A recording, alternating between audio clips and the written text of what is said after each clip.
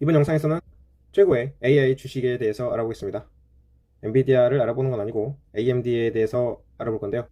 AMD는 엔비디아의 AI 칩 리딩에 대응하기 위해서 자체적으로 AI 엑셀러레이터를 출시했습니다. 이 회사의 미 300 칩 시리즈는 엔비디아의 더 비싼 AI 칩을 구매하거나 구입할 수 없는 많은 고객을 위한 대안 역할을 합니다.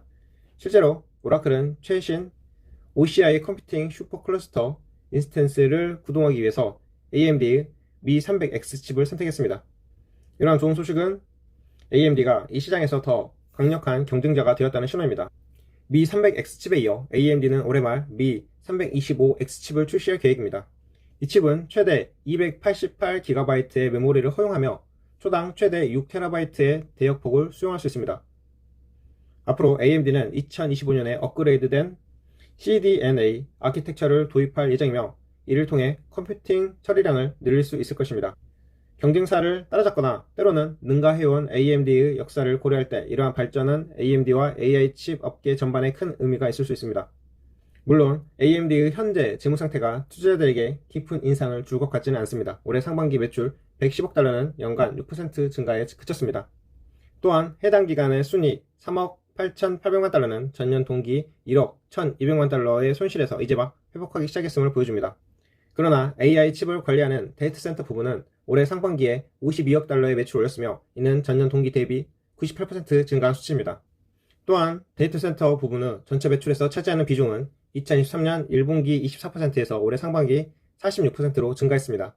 이는 현재 매출의 88%를 데이터 센터 부분에서 창출하고 엔비디아의 성장 패턴을 모방한 것으로 보입니다.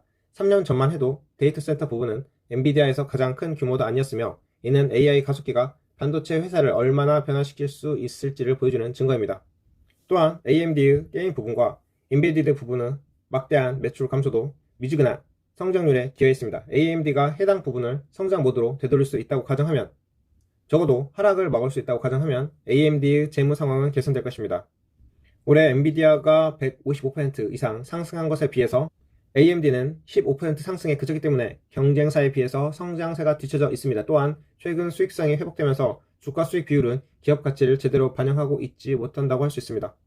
그럼에도 불구하고 AMD 주식은 엔비디아의 주가 수익 비율 33배에 비해서 12배나 높은 매출을 기록하고 있습니다. AMD가 경쟁 격차를 상당히 해소할 수 있다면 AI 칩이 점점 더 지배적인 매출원이 되면서 주가가 급등할 준비가 되어질 수 있습니다.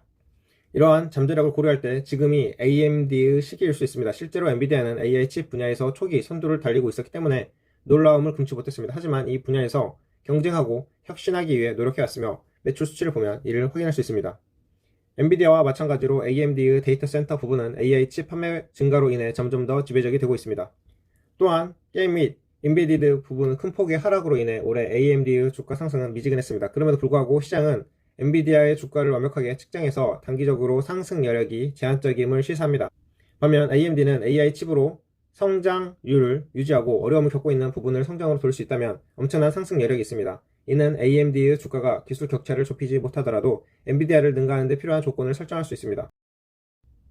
자, AMD 차트를 보면은 현재 2023년 큰 폭의 하락을 했다가 65일 선을 닫고 다시금 상승을 하는 것을 볼 수가 있습니다. 이 대세 상승의 시작이었죠. 최근에 또 한 번의 하락을 했다가 다시금 상승을 하려고 기지개를 펴고 있는데요. 지금 중기적으로는 확실히 상승의 동력이 탄력을 받았다고 볼 수 있습니다. 그리고 엔비디아의 아성에 도전하기 위해서 지속적인 개발을 해 나가고 있다는 점을 볼 수 있는데 월봉에서 일목균형표는 여전히 상승, 기준선 상승, 강세 국면을 확인해 볼 수가 있습니다. 하지만 주가 상승률이 엔비디아보다 못하다는 것은 투자자들이 AI 관련 칩을 생각할 때 AMD보다 엔비디아를 보고 있다는 것을 뜻하는 거죠. 하지만 투자의 세계에서는 엎치락 뒤치락이 가능하기 때문에 이 AMD에 대해서도 유심히 지켜보는 것도 중요하다고 봅니다. 자, 볼린저 밴드에서도 이 중간선을 뛰어넘어서 상한선 닿고 위로 쭉 가려고 하고 있는 게 보이고, 자, 1차 저항선은 이 정도 180달러 정도가 되겠고 2차 저항선은 210달러 정도가 될 건데 이 저항 레벨을 잘 통과해서 앞으로 쭉 상승할 수 있을지 보는 게 또 하나의 관건일 것 같습니다.